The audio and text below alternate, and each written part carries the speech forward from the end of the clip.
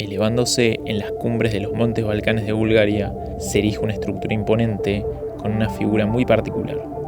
El edificio está completamente abandonado, tiene un cartel que dice prohibido entrar. Este edificio es el Buzlutka y es un símbolo tan poderoso como controversial sobre la historia del Partido Comunista en Bulgaria.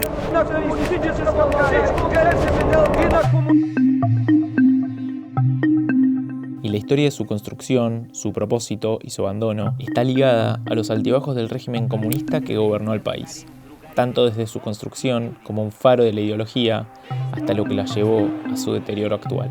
Vine a Bulgaria en busca de este tipo de monumentos, estatuas, edificios, placas y estructuras que representan valores de una época diferente, algunos alejados de la gente y otros a la vista de toda una ciudad.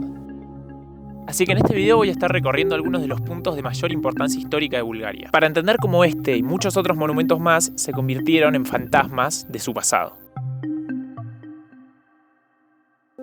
Los monumentos cuentan la historia de una nación.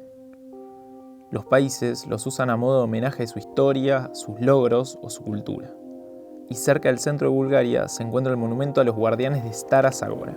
Las estatuas están protegiendo lo que se conoce como la bandera de Samara, que es un poderoso símbolo militar búlgaro. Los que están acá son soldados rusos y búlgaros que lucharon en una batalla muy desfavorable contra los turcos. En 1396, el Segundo Imperio Búlgaro, un estado medieval que se extendía desde el Mar Negro hasta el Adriático, fue invadido por el Imperio Otomano, que tomó el control de la región por casi 5 siglos. En abril de 1876, Bulgaria estalló en una revuelta nacional contra el dominio otomano. Al principio, la revolución fue sofocada por las fuerzas otomanas y ciudades enteras fueron masacradas como castigo por su rebelión. Para impedir este avance del Imperio Otomano, el zar Alejandro II de Rusia comenzó a ayudar a Bulgaria desplegando parte de sus tropas por los Balcanes. Y algunos de los primeros monumentos vinculados a Bulgaria son los asociados a estos levantamientos contra el Imperio Otomano, que fueron el comienzo del Estado búlgaro que se formaría. Esta es una de las primeras muestras de cómo se vinculan el pasado búlgaro con Rusia. Seguimos. Siguiendo con mi búsqueda, me topé con otro monumento relacionado a la guerra contra los otomanos. Y en este lugar eso es lo que se conmemora, la defensa del paso de Shipka, que fue una de las batallas más heroicas y decisivas durante la Guerra de Liberación Ruso-Turca de 1877 a 1878. Los combates que tuvieron entre los defensores del paso y el ejército turco pasaron a la historia de Bulgaria con el nombre de la epopeya de Shipka. Son bastantes escaleras las que hay que subir para llegar arriba. Después de estos sucesos, el resultado fue la creación del Principado de Bulgaria, que tenía mucha más autonomía y hasta sus propios límites territoriales. Se podría decir que la creación del Principado fue un éxito para lograr el camino a la independencia y por eso hay varios monumentos homenaje a esa batalla en todo el país. Pero otro tipo de monumentos que se pueden encontrar mucho es sobre Bulgaria y su vínculo con la Unión Soviética. Pero para eso hay que teletransportarnos a...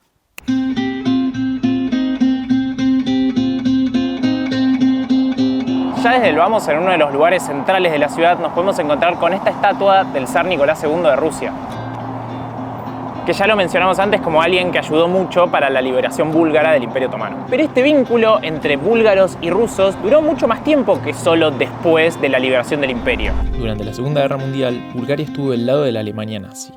Ante la protesta de muchos de sus ciudadanos, se organizó un movimiento de resistencia partidista a nivel nacional, en el que el Partido Comunista Búlgaro asumió un importante papel de liderazgo. En septiembre de 1944, el ejército rojo soviético entró en Bulgaria mientras expulsaba a las fuerzas nazis de Europa del Este. Los partisanos victoriosos formaron un gobierno de coalición durante los años siguientes y el Partido Comunista Búlgaro rápidamente tomó el poder. Bulgaria se convirtió en un aliado muy cercano a la Unión Soviética. En otros países se sentía que después de 1945 el modelo socialista que se les impuso era una forma de imperialismo soviético, como lo fue en lugares como Lituania, Letonia y Estonia. En esos lugares no estaban para nada contentos que se les impusiera un sistema político que consideraban extranjero. Pero en varios países de los Balcanes y en Bulgaria fue diferente, porque había una afinidad mucho mayor y mucho más natural a todo lo vinculado al socialismo y al comunismo. Y así es como Bulgaria empezó este proceso de transformación comunista. Se abolió la monarquía y se estableció un sistema de partido único. Se nacionalizaron industrias, se implementó una reforma agraria radical y se suprimió la oposición política. Todor Zhivkov asumió el poder como líder del Partido Comunista en 1962. Y en su mandato se logró un crecimiento económico sostenido y un aumento de nivel de vida para la población. Eso dio lugar a que se pueda invertir en infraestructura, educación y cultura, lo que obviamente se tradujo en más monumentos a lo largo de su territorio.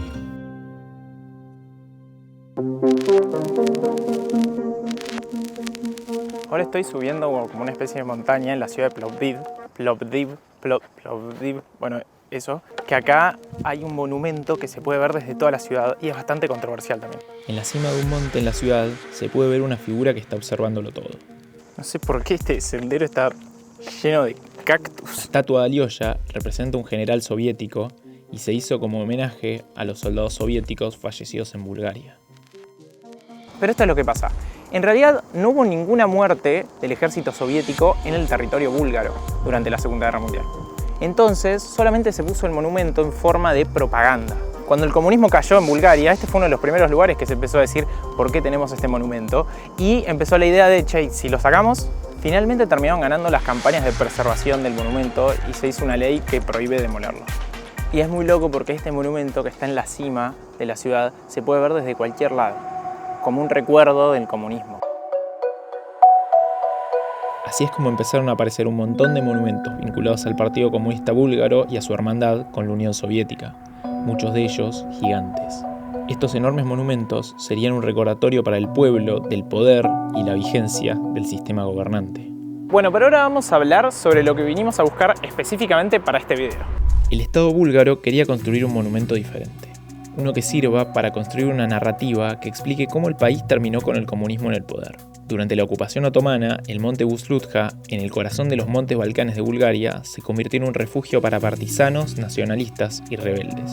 El primer Congreso Socialista de Bulgaria se celebró el 2 de agosto de 1891 en el pico de Buzlutka, lo que dio lugar a la formación oficial del partido que fue precursor del Partido Comunista Búlgaro. Con el fin de celebrar el aniversario de 90 años del Partido Comunista en el país, se decidió convertir al Buzlutka en un símbolo, uno sobre el que Bulgaria construiría su identidad nacional. Por eso, a principios de los años 70, el Partido Comunista de Bulgaria escogió tan remoto lugar para construir uno de los edificios más absurdos, fascinantes y únicos del siglo XX. Fue un hito de la ingeniería, uno que requirió de muchísimo dinero por parte de las autoridades búlgaras, y miles de personas trabajaron en la cima de la montaña, entre ellos artistas y soldados. Su diseño reflejaría la estética brutalista en auge de la época. Un disco de hormigón armado coronado por una estrella roja de 10 metros, que se elevaría sobre una base a la cual se podría acceder subiendo unas imponentes escaleras, simbolizando la victoria del comunismo sobre el capitalismo. En su interior, un auditorio con capacidad para 6.000 personas serviría para albergar reuniones y eventos del partido.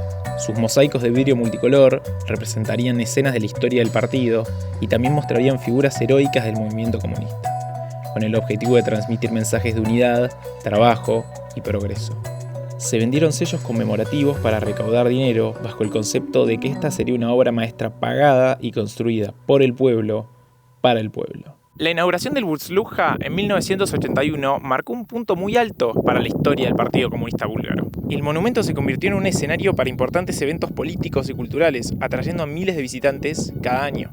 Pero su esplendor duró poco. A pesar de lo que querían mostrar, la población búlgara vivía bajo un régimen autoritario, con restricciones a las libertades individuales y una economía planificada que generaba escasez y dificultades para la vida cotidiana. El descontento social era creciente. A finales de los años 80, la economía búlgara se encontraba en una profunda crisis, con una deuda externa elevada y una producción industrial en declive. Esto generó un deterioro en el nivel de vida de la población y aumentó la presión para realizar reformas. El derrumbe del muro de Berlín en 1989 y la posterior desintegración del bloque soviético inspiraron a los ciudadanos de los países del este a exigir cambios políticos y económicos. En Bulgaria se formó un nuevo gobierno con la participación de reformistas comunistas y miembros de la oposición. Y en 1990 se celebraron las primeras elecciones libres multipartidistas, poniendo fin al régimen comunista del país.